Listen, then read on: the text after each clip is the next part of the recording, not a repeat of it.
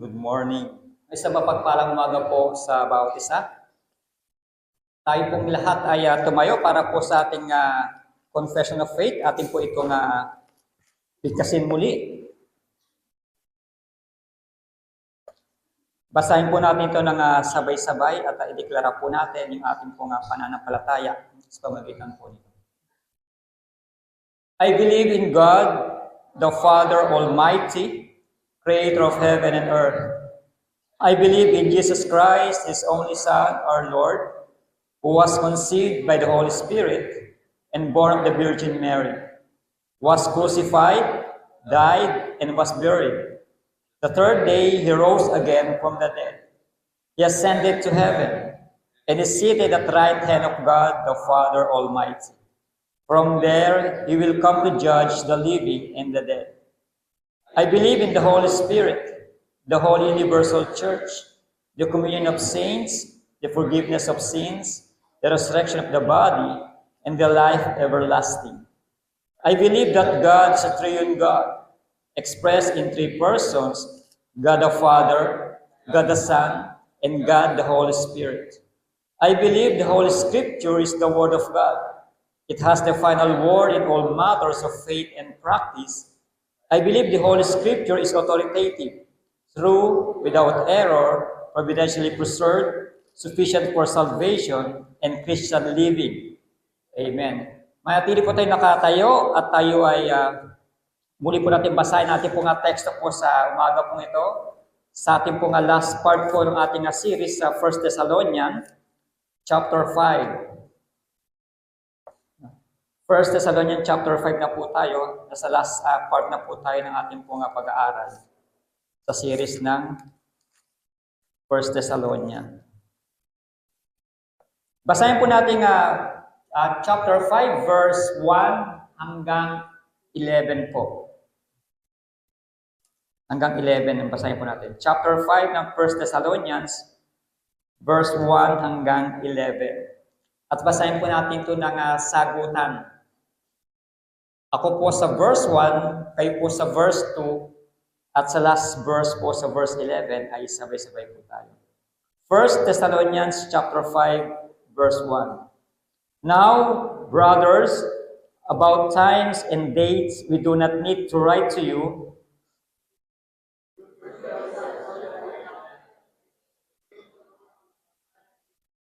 while people are saying peace and safety, destruction will come on them suddenly, as labor pains on a pregnant woman, and they will not escape.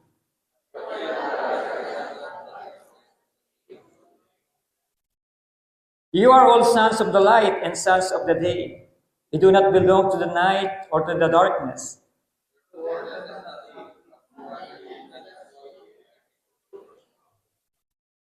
Verse 7, for those who sleep, sleep at night, and those who get drunk at night.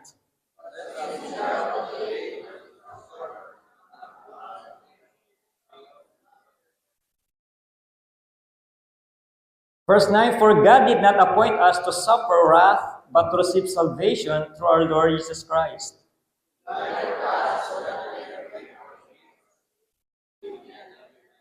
Altogether, therefore, encourage one another and build each other up, just as in fact you are doing. Tayo po sa mandaling manalangin.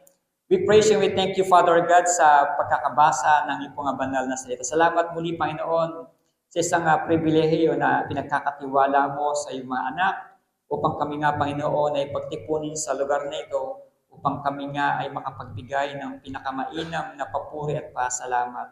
At maging sa salita mo, Panginoon, na aming nabasa sa oras na ito, kami humihingi ng karunungan na nagmumula sa iyo na maunawaan at maintindihan namin, Panginoon. Bagamat kami nasa huling parte na ng series na ito, tulungan mo kami, Panginoon, na maunawaan namin, isa pamuhay namin, Panginoon, isa buhay ang bawat salita mo na aming napag-aaral o napapakinggan. Sa iyo ang pinagkakatiwala ang oras na ito, ang araw na ito, at patuloy pagpalain ang buhay ng bawat isa. So, ang panalangin, in Jesus' name, Amen. Makaupo na po ang bawat isa. Tayo po nasa last part na po ng ating pag-aaral sa series po natin sa 1 Thessalonians. At ito po ay may pamagat po na watchfulness. May maingat na pagbabantay. Sino po rito yung ang bahay ay walang gate? O po yung bahay wala pong gate? walang gate, baka naman, wala siyang gate pero baka bakod naman, napakataas, wala, open. Dito po sa inyo, siguro okay lang po ito kung talagang safe naman po yung place nyo doon sa US. Dito sa amin, sa South Square o sa ibang Cartiga subdivision po natin, dikit-dikit po yung bahay. At halos kapag kami pumupuntang mga tao or let's say may magde-deliver, si Lazada o si Shopee, o may mga magtatanong doon, kapag wala kang gate, dire-diretso po doon sa pinto na agad. Kaya pag bukas mo ng pinto ay ang sasalubong na agad sa yung taong kumakatok o nagtatanong. At sa ganung pagkakataon ay napakadelikado mo kapag masamang tao na pala yung pinagbuso mo ng gate. Ibig sabihin, hindi tayo nagmatsyag, hindi tayo nagbantay doon sa pagkakataon po na yun. At dito po sa ating pong huling series po natin sa chapter 5, yung sinasabi natin maingat na pagbabantay. At ngayon po ay nakikita po natin yung huling pinag-aralan natin, nasa last days na po tayo. This about the eschatology, the study of the end times or the end days. Tayo na sa huli ng pagkakataon, tayo sa huli ng mga araw. At nakikita at alam natin yung mga pangyayari bago dumating ang ating Panginoon Kristo.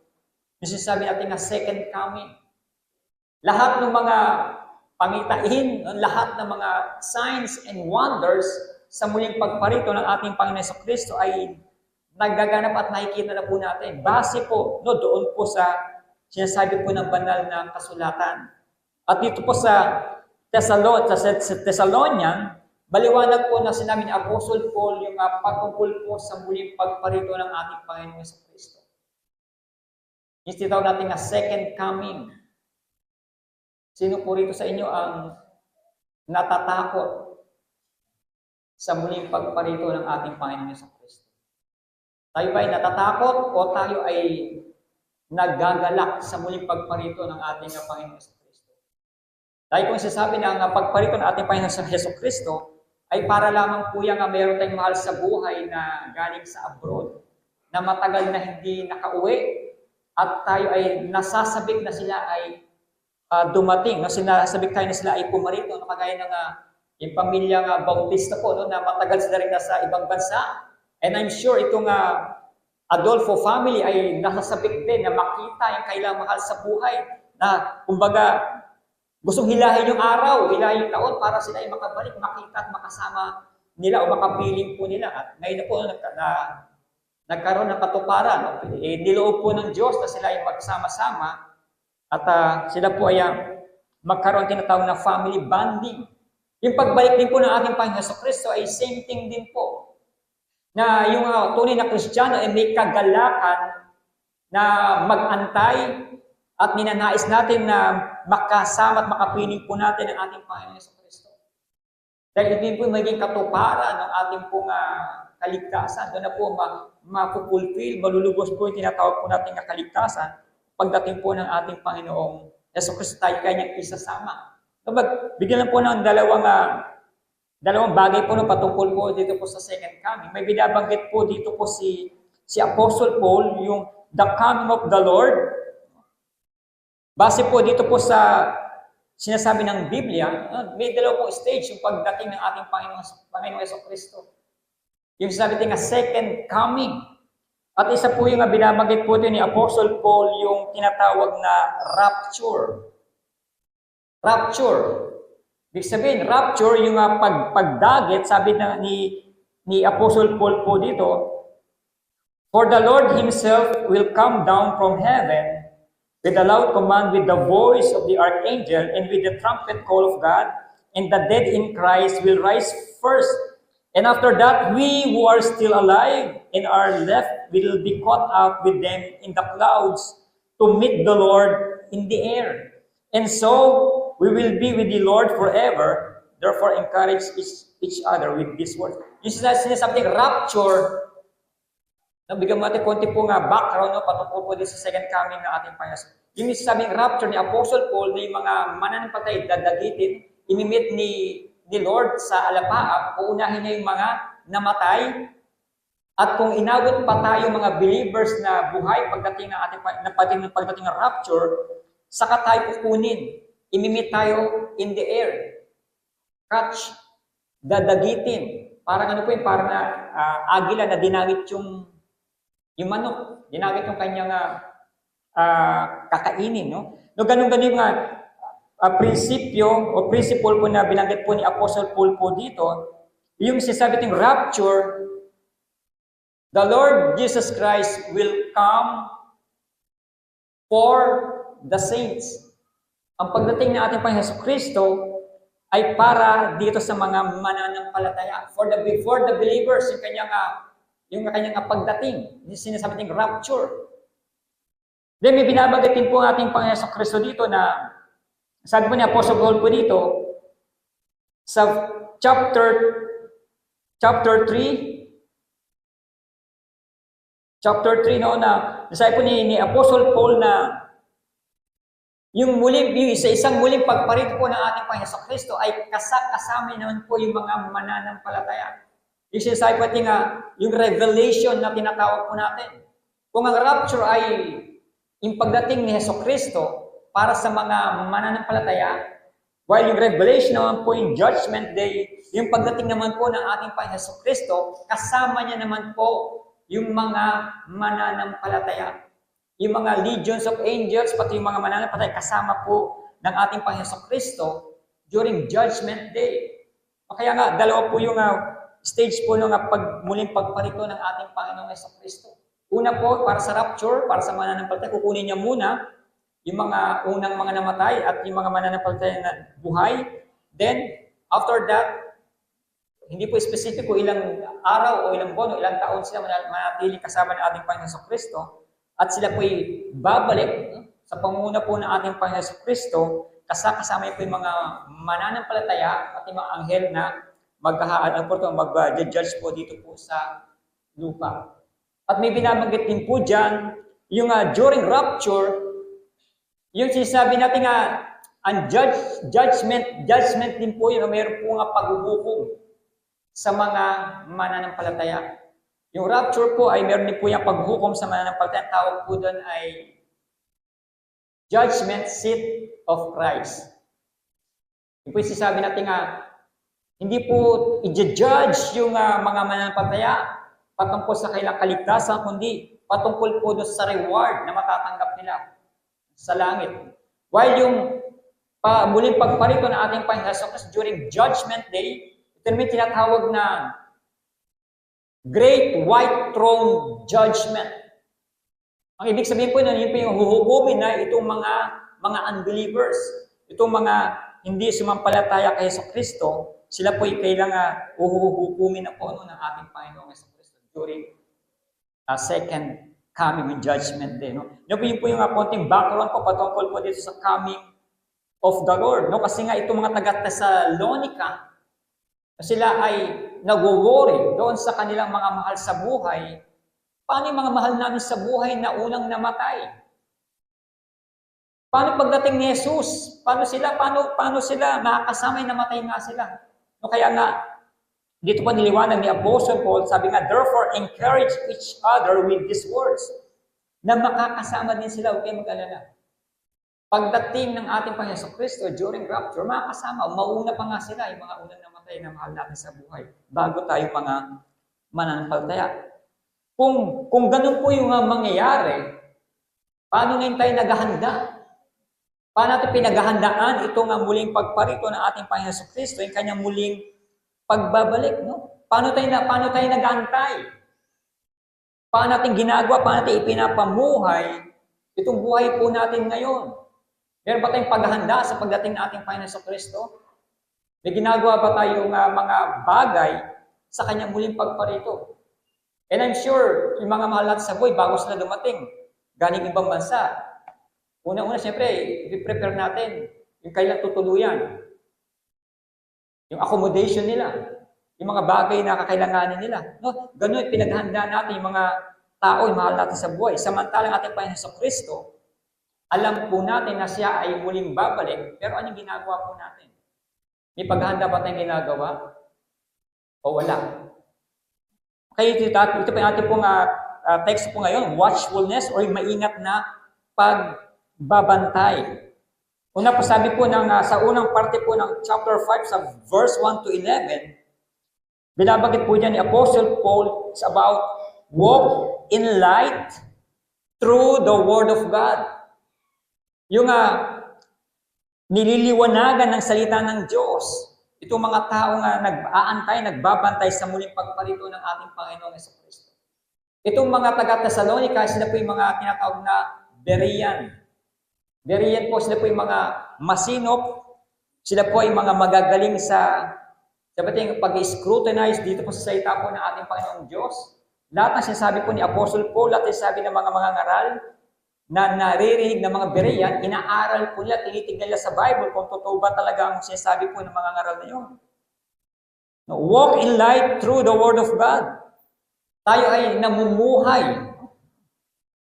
Namumuhay po tayo sa liwanag, sa pamamagitan po ng salita po ng ating Panginoong Diyos. Sa verse 1 to verse 4, sabi po ni Apostle Paul, now, brothers, about times and dates we do not need to write to you. For you know very well that the day of the Lord will come like a thief in the night. This is the suddenness of Jesus coming. Ito yung very quick na pagdating po ng ating Panginoon Jesus. Wala po nakakaalam kung kailan o exact date. Nakagaya ng mga na-predict po ng mga ibang mga tao noon. Ang daming mga predictions noon na lahat po sila sumablay, lahat po sila nagkamali doon sa muling pagparito ng ating Panginoon Jesus. The suddenness of Jesus coming. Concerning times and season, wala po nakakaalam. Pero siya po ay muling babalik. Hindi lang po binigay yung pinaka-detail, pinaka-specific date kung kailan. Pero siya po ay tunay na babalik. Dahil yan po yung sinasabi po ng banal na kasulatan. Kaya sabi niya, Apostle Paul, hindi ko na kayo kailangan sulatan pa patungkol sa muling pagparito ng ating Panginoon Jesucristo. Dahil alam ninyo na. Yung sinasabi niya, Apostle Paul sa mga Thessalonica. Alam ninyo na si Jesucristo ay muling babalik. Yan ay ipinangarap ko na sa inyo at yan po inyong naunawaan.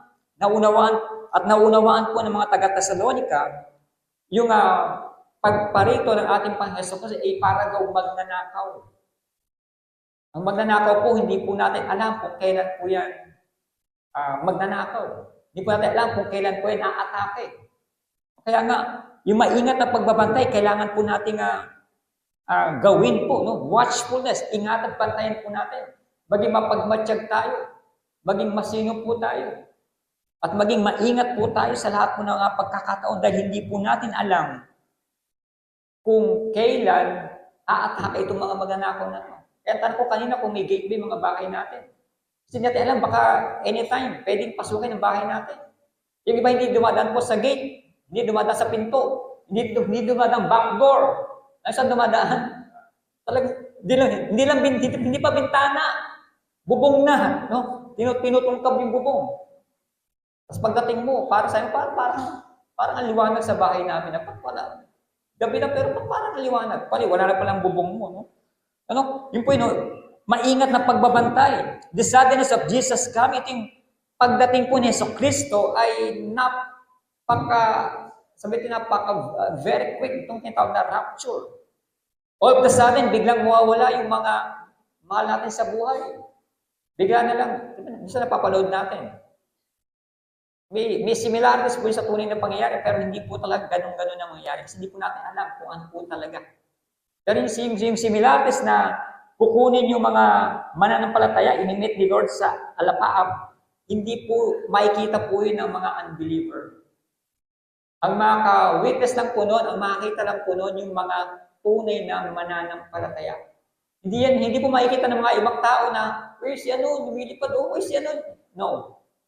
Very quick po yun. In an instant. Ngayon po yung rapture. Yung pagdating po ng ating Panginoon Kristo, ito po ay very quick. At wala po may iwang mga tunay na mananampalataya. Ang may iwan ay mga walang tamang pagkakilala sa ating Panginoong Kristo. For we are sons of light and sons of the day. No, tayo ay mga anak na ng Diyos. Sabi sa John 1:12, yung mga taong sumampalataya, yung mga taong tumanggap sa ating Panginoon Kristo, sila yung mga binigyan ng pagkakataon, binigyan ng biyaya na arihin silang anak ng ating Panginoong Diyos. For we are sons of light and sons of the day. We are not to be of the night or of darkness. Hindi na po tayo anak ng sanlibutan. Kundi tayo ay anak na po ng ating Panginoong Diyos. Inari na po tayong tunay na anak. Kaya yung pamumuhay na meron tayo ngayon, hindi na po yung pamumuhay na kagaya ng ginagawa po ng sanlibutan. Taliwas na po, kabaliktaran na po ang ginagawa po natin. Dati, namumuhay tayo sa sanlibutan, namumuhay tayo po yung gusto ng laman po natin. But nung tayo po ay na-born again, tayo po ay nakakilala, tayo nakatagpuan natin Panginoon sa Kristo, nagbago na po yung pamumuhay po natin. Hindi na po tayo anak ng kadiliman. No? Kung tayo anak na ng liwanag, anak na po tayo ng ating Panginoong Diyos. Those of the day are to be sober and properly attired by putting on the breastplate of faith and love, the hope of salvation as a helmet.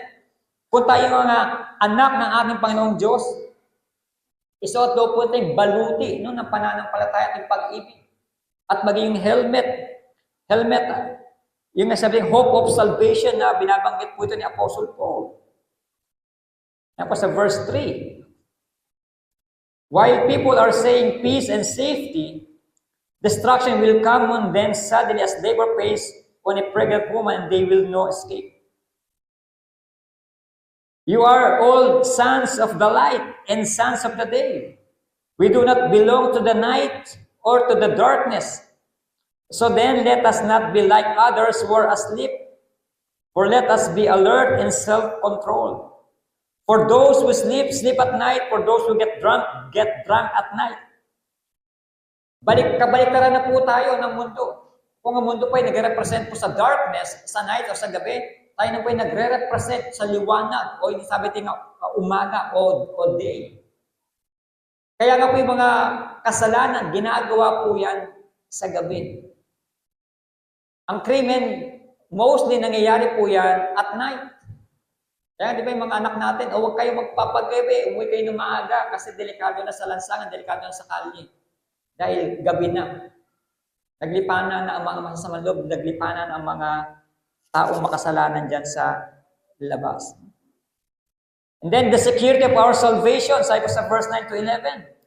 The security of our salvation, for God has appointed us to salvation.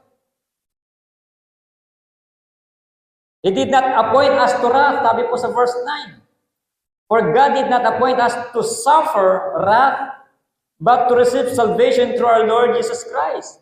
Yung wrath mo na binabanggit po dito, yung poot po ng ating Panginoong Diyos na ibibigay doon sa mga hindi mananampalataya, hindi sumampalataya sa ating Panginoong Diyos.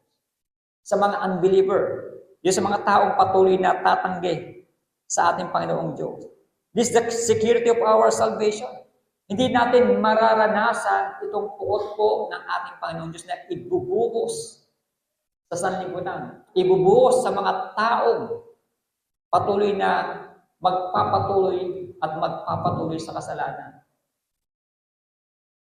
He did not appoint us to wrath, but to obtain salvation through our Lord Jesus Christ.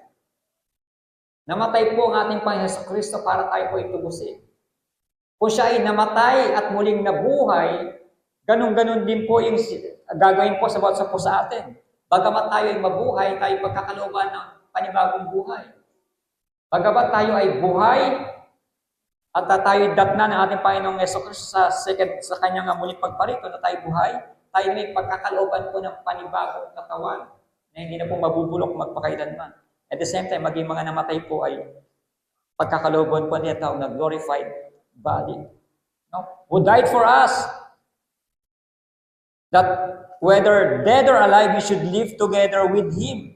Tayo makakasama na kapiling na po ng ating Panginoon Jesucristo doon po sa kalangitan.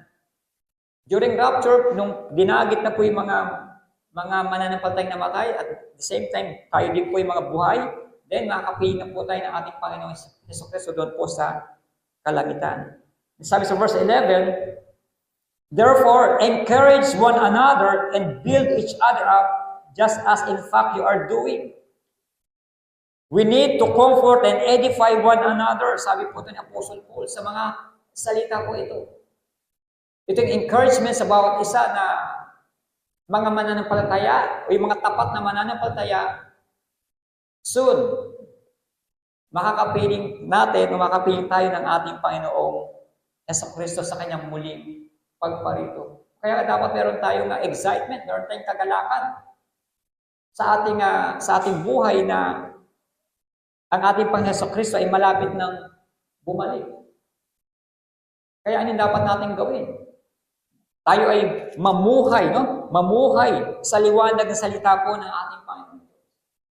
Hindi na po tayo dapat namumuhay sa kadiliman. Hindi po dapat namumuhay sa kasalanan. Hindi tayo nagpapatuloy sa kasalanan. Bagkus tayo namumuhay ng may kabanalan. Namumuhay sa liwanag ng salita po ng ating Panginoon.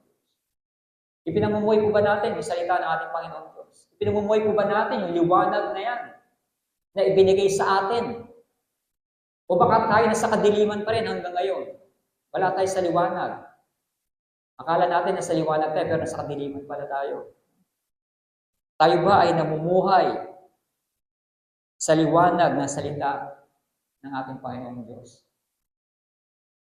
Sabi ni Apostle Paul, encourage one another and build each other up. Encourage ng mga bagay na ito. Huwag nating i-encourage ang mga tao doon sa mga maling gawain. Huwag natin i-encourage ang mga tao doon sa mga bagay na hindi naman makakatulong para lumago yung ministeryo, hindi lumago yung ating mga pananampalataya. Nakagayang ginagawa po ng ginagawa ng ibang mga tao po. At pangalawa po, hindi lang po walk in light through the Word of God. Sa verse 12, walk in obedience through the Word of God. Walk in obedience. Yung sinasabi na po, so po na final instruction po sa mga mananampalataya. Now we ask you, brothers, to respect those who work hard among you. Walk in obedience through the Word of God. Yung meron tayong pagsunod. Tamang pagsunod po dito po sa salita po ng ating Panginoong Diyos. Yung pamumuhay po natin ay mayroon po pagsunod sa pamamagitan po ng mga salita po ng ating Panginoon. Pinaka-pattern po natin, pinaka-sole authority po natin yung salita po ng ating Panginoon. Yung Bible na hawak po natin. Yan po yung pinaka-final authority when it comes to our faith and practices. Which is the Word of God. Which is the Bible. Kaya nga po yung sa ating pong confession of faith, kasama po yan. Sabi po natin dyan na I believe the Holy Scripture is the Word of God. It has the final word in all matters of faith and practice. We believe that the Holy Scripture is authoritative, true, without error, providentially preserved, sufficient for salvation in Christian living. O yan po yung binabanggit po natin sa ating pong confession of faith. Walk in obedience through the Word of God. Una po, no respect toward those over us. To respect those who work hard among you. May tatlong bagay po sinasabi po si Apostle Paul po ito Sabi po ni Apostle Paul, to recognize those who labor among us. Ito yung mga mananampalataya na nangangalaga po sa atin. Kung itatawid po na sa panahon po natin, ito po yung mga pastors, leaders, deacons, deaconess, mga lay ministers, o yung mga nangangasiwa po na mga tao po na ahead po sa atin, no? Who labor among us, who are over us in the Lord, who admonish us. At pangalawa po, hindi na po to recognize, to esteem them highly in love for their work's sake. Sabi sa verse 13, hold them the highest regard in love because of their work. Bigyan natin ng mataas na pagpapahalaga. Sabi ni Apostle Paul, ito mga taong nagpapagal. Itong mga leaders, mga deacons na ito, itong mga pastors, itong mga laymen na ito, itong mga workers ng iglesia na nangangalaga sa inyo. Bigyan niyo ng mataas na respeto, sabi po ni Apostle Paul. To esteem them highly in love for their work's sake. Hindi po dahil sa kailang posisyon, no? Kundi dahil po sa kailang pagpapagal. Sa ginagawa po nila dito po sa bawat ministries na hawak po. And to be at peace among ourselves. 13b, sabi po dito. Live in peace with each other. O magkaroon ng kapayapaan. Magkaroon ng pagkakaisa sa bawat isa. Hindi yung nagkakawatak-watak, hindi po yung nag-aaway-away. To be at peace among ourselves. Okay. This is a great way to esteem and love the leaders of your church, of our church. Hindi nagkakawatak-watak, hindi nagkakaisa. No? Magkaroon ng respeto sa bawat isa. Magmahalan sa bawat isa. Hindi naghihilahan pa ba? Kaya nga, it's about time na alisin na natin yung sinasabi nating isa sa mga pangit na ugali ng mga Pilipino, yung crab mentality. Hindi po yan kayang gawin ng mga, pwede po yan gawin ng mga unbeliever.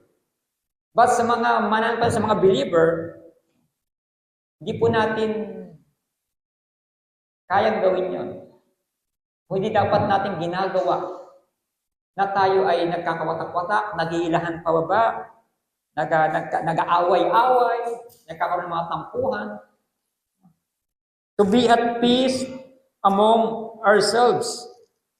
No, ito po yung alisin na rin yung mga walang mga petty things na tinatawag, mga quarrels, mga arguments na hindi naman talaga nakakatulong sa ministeryo, hindi nakakatulong na lumabuti sa pananampalataya. Simply put away all their quarrels and arguments. Kundi magkaroon tayo ng tinatawag na pagmamahalan, pagkakaisa po sa bawat isa, na maisulong yung gawain ng iglesia, maisulong yung gawain ng ating Panginoon. And in fact, hindi po natin to gawain, hindi po to gawain ng pastor, hindi po to gawain ng mga leaders, hindi po ito gawain ng bawat isa sa atin. Ito po'y gawain ng Diyos na pinagkatiwala lamang po sa atin. Kaya nga dapat tayo magkaisa, dapat tayo po ay sama-sama na nagbubuhat sa pasanin po ng bawat ministeryo. Hindi po isa na nagbubuhat, hindi po dalawa lang o tatlo, kundi lahat po tayo ay kabahagi ng iglesia. Tayo po ay kamay, paa, tenga, mata, ilong, lahat po tayo kabahagi ng iglesia. Kaya sama-sama po tayong magtutulungan. Walk in obedience through the Word of God. Hindi po ako ang may utos po niya. Yan po yung sinasabi ko ng banal na kasulatan. O tignan niyo rin po yung Bible na hawak ninyo. Baka isipin ninyo, ako lang ang nag-invento nito, kundi yan po yung sinasabi po ng banal na kasulatan. Isa po sa mga ina-exhort ni Apostle Paul, how to deal with difficult people. Sa verse 14 to 15.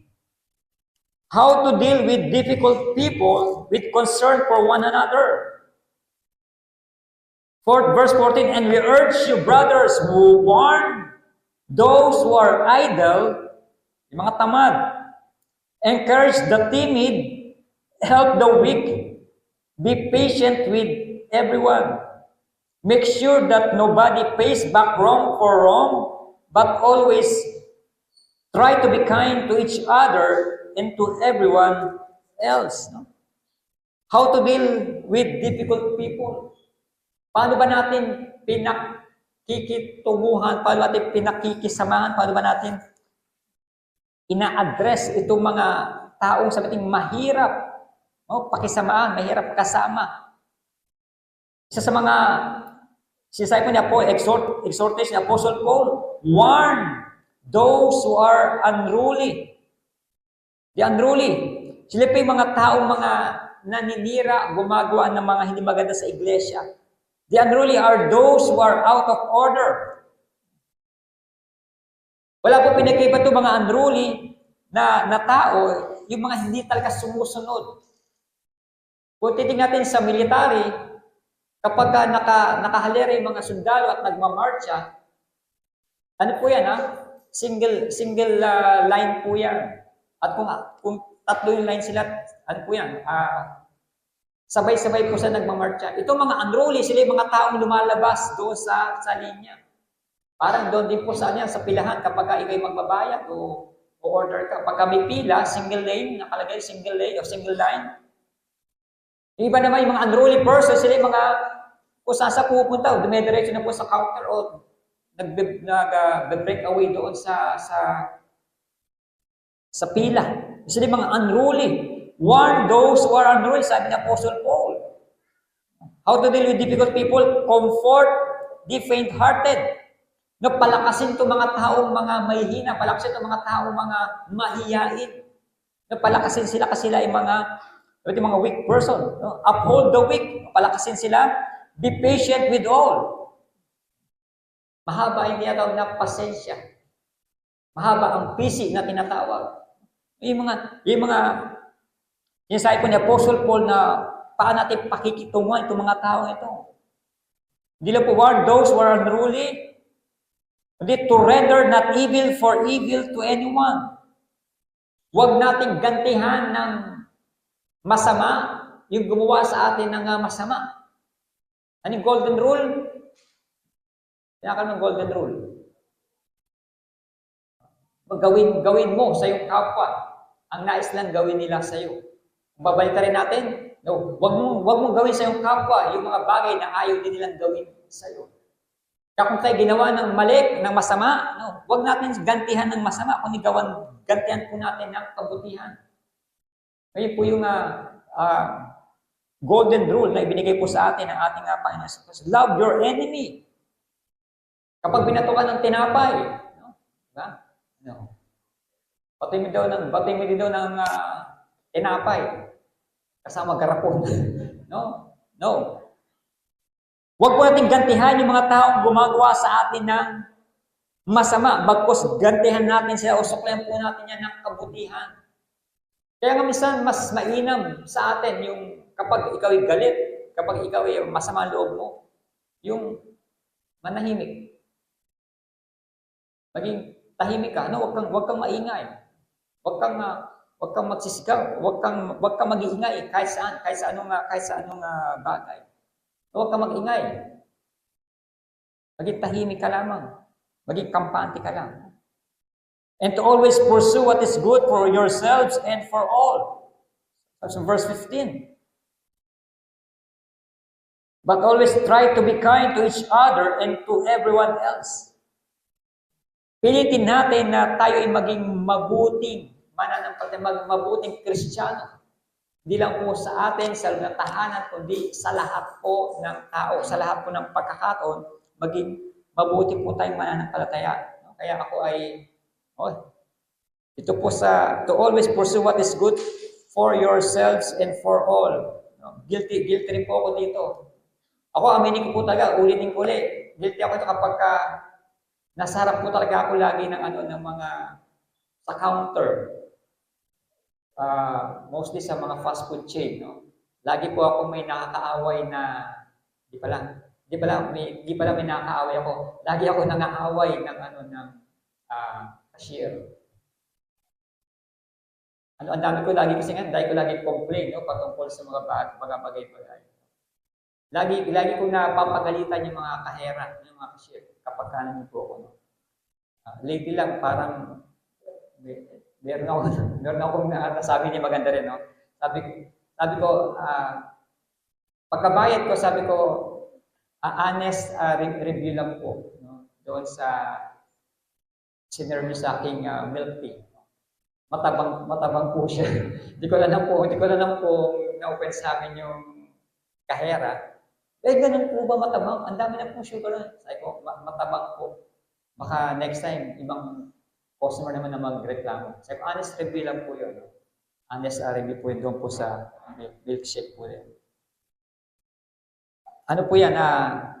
Guilty rin po ako dyan. No? To always pursue what is good for yourselves and for all. Kaya, pilitin po natin no, na tayo po yung makasunod po no, doon po sa salita po ng ating Panginoong Diyos. Pangatlo po, hindi na po how to deal with difficult people. Verse 16 to 18, be joyful always, pray continually, give thanks in all circumstances, for this is God's will for you in Christ Jesus. This is about regarding personal worship. It's about personal worship. No, rejoicing always. Lagi tayo na naggagalak, meron tayong kagalakan. Itong kagalakan po nito, ito yung kagalakan na nagmumula sa ating mga puso dahil alam po ng mga taga-Thessalonica na darating. Siguradong darating ang ating Panginoon sa Kristo. Makakasama yung kailang mga mahal sa buhay. Makakasama sila ang mga mananampalataya sa muling pagparito ng ating Panginoon sa Kristo. Kaya sila po yung naggagalak lagi. Rejoicing always. Lagi nagagalak, lagi may kagalakan. Hindi lang po tuwing payday. Tayo nagagalak, hindi lang po dahil maalwan ang ating buhay, maganda ang ating kondisyon, wala tayong sakit. All is well. No? Hindi lang po yan tayo nag-rejoice, kundi sa lahat ng pagkakataon, sa lahat ng mga bagay. Tayo nagagalak, no? Rejoicing always. Kasama po sa ating personal worship. And pray without ceasing. Pray without ceasing. Hindi po ibig sabihin na from pagising sa umaga, nagpe-pray ka na, hanggang sa hapon, nananalangin ka pa rin. No. Hindi po ibig sabihin na dire-diretso mong pananalangin mo. Pray without ceasing, malimit kang nananalangin. Madalas kang nananalangin. Nananalangin ka hindi lang dahil ikaw ay may kailangan kay Lord. Nananalangin ka kasi kailangan mong manalangin. Hindi dahil tayo may kailangan lamang. Kaya nga, di ba, minsan ang bato na sa atin, kapag tayo nananalangin, kasi ang dami natin hiningi kay Lord, di ba? Di ba, minsan ang Panginoon natin, pahingi noon. Panginoon, pahingi noon. Imbis na Panginoon, pahingi noon. Puro pahingi, hingi tayo. Pray without ceasing. Hindi man magandang pagkakataon, hindi man magandang sitwasyon sa buhay, tayo pa rin po yung nananalangin. Minsan kasi kapag maganda ng buhay natin, nakakalimutan na po talaga natin manalangin. Nakakalimutan natin tumawag sa ating Panginoong Diyos. Kasi wala tayong kailangan eh. Tinitreat lang natin si Lord parang genie, parang ATM machine. Anong genie? Di ba pagka may kailangan ka, rabo lang daw yung lamparan. Kakahingi ng wish. ATM, parang ATM machine. Kapag kailangan mo lang, saka magpipindot-pindot, labas ng cash. Ganun po daw natin tinitreat ang ating Panginoong Diyos. Kasi wala tayong tamang pagkakilala po sa Kanya. Wala tamang pagkakilala, walang mataas na pagkilala sa ating Panginoon. Pray without ceasing and giving thanks in everything. Giving thanks in everything. Give thanks in all circumstances. Sa lahat ng pagkakataon, sa lahat ng sitwasyon ng ating buhay, magpasalamat daw tayo. Hindi dahil masarap ang ulam natin, saka lang tayo nananalangin doon sa pagkain. Kahit po hindi masarap ang ulam po natin at wala po tayong ulam, give thanks daw. Give thanks to the Lord. For this is God's will for you in Christ Jesus. No? Which is God's will for us in Christ Jesus. Manalangin tayo. Maggalak tayo. Magpasalamat tayo sa ating Panginoon. Yan po yung regarding personal worship po natin na minsan nane-neglect po natin or most of the time nane-neglect po natin. Dahil ang akala natin ang worship lamang ay during Sunday. Nakakalimutan natin ating personal worship from Monday to Saturday, which is mas mahaba yung ating personal worship sa ating Panginoong Diyos. Compare mo dito sa public worship na tinatawag. Regarding public worship, pang-apat po, ating po nga pagsunod dito po sa salita po ng ating regarding public worship, they were not to quench the spirit, nor despise prophecies. I'm sa verse 19 to 20. No, do not put out the Spirit's fire. Do not treat prophecies with contempt. Test everything. Hold on to the good. Avoid every kind of evil. They were to test all things, holding fast to that which is good and abstaining from all forms of evil. Tingnan natin po regarding public worship. Ito kagaya po ginagawa po natin. This is a public worship, this is a corporate worship na ginagawa po ng bawat sa po sa atin. At mapakagandang tignan po kung tayo sama-samang dumadalo sa mga ganito pong gawain. Tayo nagpapalakasan sa salita natin, Panginoon. Tayo sabay-sabay na natututo, sabay-sabay na nag-aaral, nagninilay-nilay po na salita po ng ating Panginoong Diyos. At the question is, tayo ba ay matapat na sumusunod sa ating Panginoong Diyos? Tayo ba ay matapat na sumusunod sa Kanyang salita? O naririnig lang natin ang salita ng ating Panginoon Diyos, pero hindi natin sinusunod. Alam lang natin yung salita ng ating Panginoong Diyos, pero hindi natin sinusunod. Tandaan po natin, maging ang diablo, alam po yung salita ng ating Panginoon Diyos. Pero hindi niya po sinusunod. Sa verse 23 to 28, ito yung pangwakas na pangusap po ni Apostle Paul. This is the concluding remarks. This is the concluding remarks of Apostle Paul to Thessalonica. Yung pangwakas na pangusap. So verse 23 to 24, may God Himself, the God of peace, sanctify you through and through, by your whole spirit, soul and body be kept blameless at the coming of our Lord Jesus Christ. The one who calls you is faithful and He will do it. Una po yung concluding remarks po ni Apostle Paul, the ating conclusion, God's complete sanctification. God's complete sanctification. That God of peace sanctify us completely. Ito yung Diyos na nagbigay sa atin ng pananampalataya. Ito yung Diyos na nagligtas sa atin. Ito rin yung Diyos na magbibigay po sa atin ng kapayapaan at magliligtas po sa atin dito po sa gawa po ng kasalanan. Kaya nga po tayo nakapagpatuloy sa kabanalan dahil po yung sa gawa po ng ating Panginoong Diyos. Sanctification. Tayo po yung pinapabanal ng ating Panginoon sa mga oras po na ito. Kung tayo po ay nakaiwas sa mga kasalanan, hindi po dahil sa ating kakayahan, hindi po dahil sa ating karunungan. Kundi yan po yung ibinigay po sa atin ng ating Panginoong Diyos na mapagtagumpay po yung mga kasalanan po na yan at tayo makapamuhay na may kabanalan. Ito yung Diyos na nagbibigay po sa atin ng pagpapabanal sa bawat po sa atin. That the God of peace sanctify us completely. That our whole spirit, soul, and body be preserved blameless at the coming of our Lord Jesus Christ. That their whole spirit, soul, and body.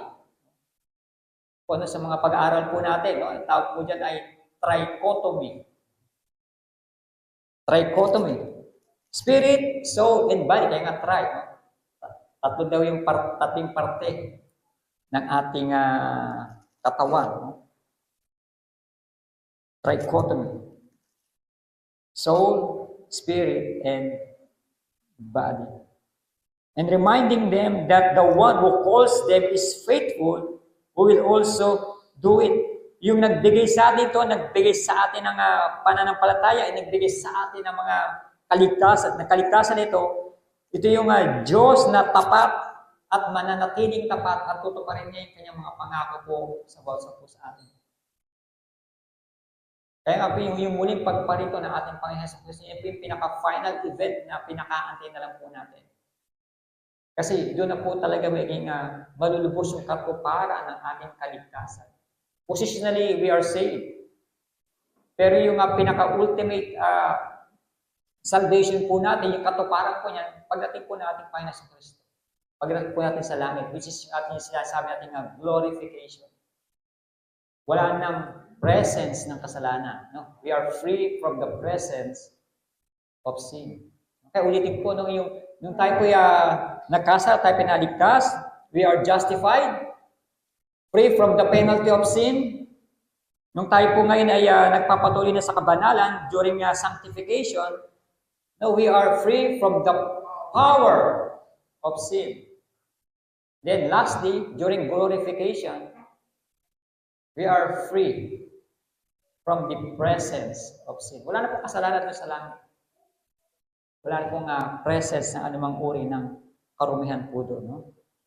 Then sa verse 25, sabi ni Apostle Paul, brothers, pray for us. Humingi din po na panalangin si Apostle Paul. Bagamat siya ay super apostle, pero siya ay humingi din.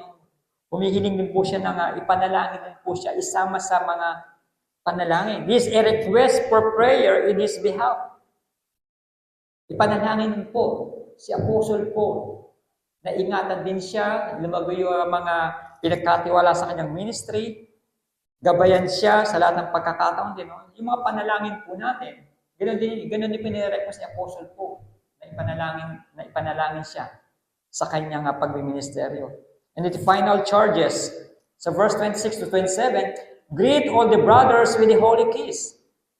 I charge you before the Lord to have this letter read to all the believers, to all the brothers. This final charge, no? Ipabatid nyo, ipaalam nyo yung aming pagbati. Yung aming kagalakan, no? Sa ibang mga mananampalataya. At itong sulat na ito, itong mga talatang ito ay iparating po ninyo sa lahat ng mga mananampalataya. Iparating, ipaalam, basahin sa kapwa nyo mananampalataya. At ginagawa po natin, binabasa po natin, pinag-aaralan po natin ang mga talata pong ito. Ito sa mga tagubilin po ni Apostle Paul. And then the final benediction of grace from the Lord Jesus, verse 28. The grace of our Lord Jesus Christ be with you. Ang mga sulat po ni Apostle Paul, lagi po yan nagsisimula sa grace at nagtatapos sa grace. Kaya yung biyaya at habag po ng ating Panginoon Yesu Kristo ay patuloy na sumagana po sa kanyang mga anak, sa mga taong patuloy na sumasampalataya sa ating Panginoong Yesu Kristo.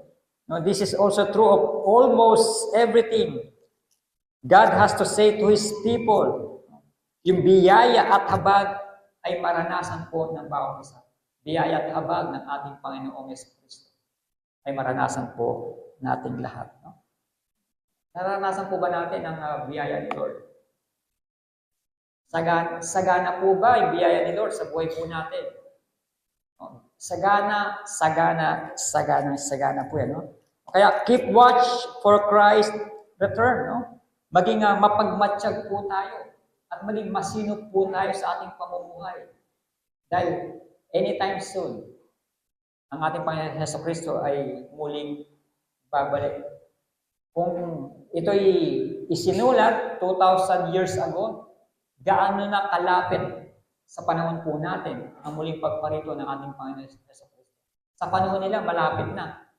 How much more? 2,000 years ago, mas malapit po tayo dito sa muling pagparito ng ating Panginoon Hesus. Kaya, keep watch for Christ's return. Anong dapat daw po natin ngayon? Walk in light through the Word of God and walk in obedience through the Word of God. Mamuhay tayo sa liwanag ng salita ng ating Panginoon Diyos at tayo ay mamuhay ng may pagsunod dito po sa salita ng ating Panginoong Diyos. And the hope of our salvation focuses upon the return of Christ. The joy of waiting for the Lord's second coming. Nawa yung ating kagalakan ay nag-uumapaw dahil alam natin Now, sa mga susunod na araw, o one of this day, tayo kukunin ng ating Panginoon Hesus Kristo at isasama niya na makapiling niya doon po sa kaligtan, no? During His second coming. No, yun po yung watchfulness, maingat na pagbabantay sa muling pagparito ng ating Panginoon Hesus Kristo at nawa, nakita po natin yung liwanag sa muling pagparito po ng ating Panginoon Hesus Kristo. Tunay at tapat po ang nagsalita po ito, nagsabi po ito, at kanya pong gagawin. At hindi po mababalik ang mga pangako po ng ating Panginoong Yesus Kristo. No, tayo po ay manalangin. Let us pray. We thank you, Lord, sa oras na ito, sa pagbibigay mo sa amin ng biyaya kung saan kami malayang makapag-aral ng iyong banal na salita. Tunay nga, Panginoon, na ikaw ay muling babalik at kukunin mo ang iyong mga pinili. Kukunin mo ang iyong mga anak. Kukunin mo ang mga taong sumampalataya sa iyo. Kaya salamat, Panginoon, sa biyayang ito. Salamat, Panginoon, sa katotohanan ito at sa pangako mo na kami ay isasama mo sa iyong kaharian. Nawa, patuloy nga kami makapamuhay ng naayon sa iyong banal na salita. Makapamuhay kami na may kabanalan at patuloy na maabot ang iyong pamantayan. Sa namin tinataas, pinagkakatiwala, ang pag-iingat, ang kalusugan, at ang buhay ng bawat isa. At salamat, Panginoon, sa oras na ito na pinagkatiwala mo sa bawat sa amin, na kami makapag-aral, makapagnilay-nilay na iyong banal na salita. Ang panalangin na may pasalamat in Jesus' name. Amen. Amen.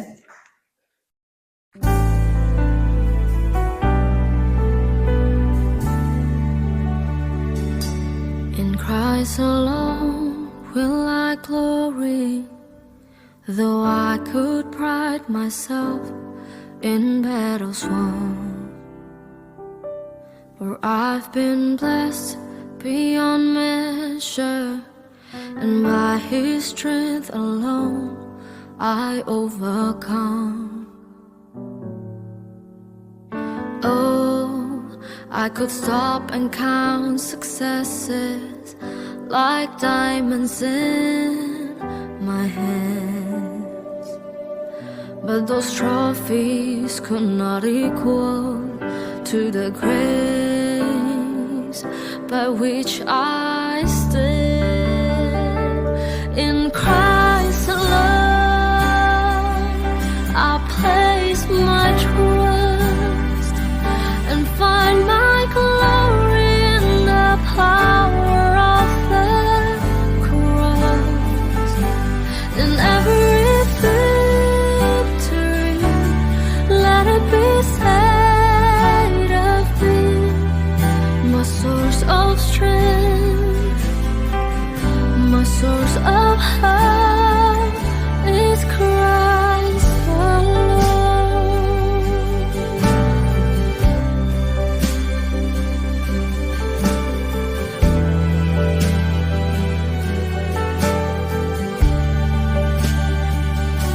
In Christ alone do I glory, for only by His grace I am redeemed.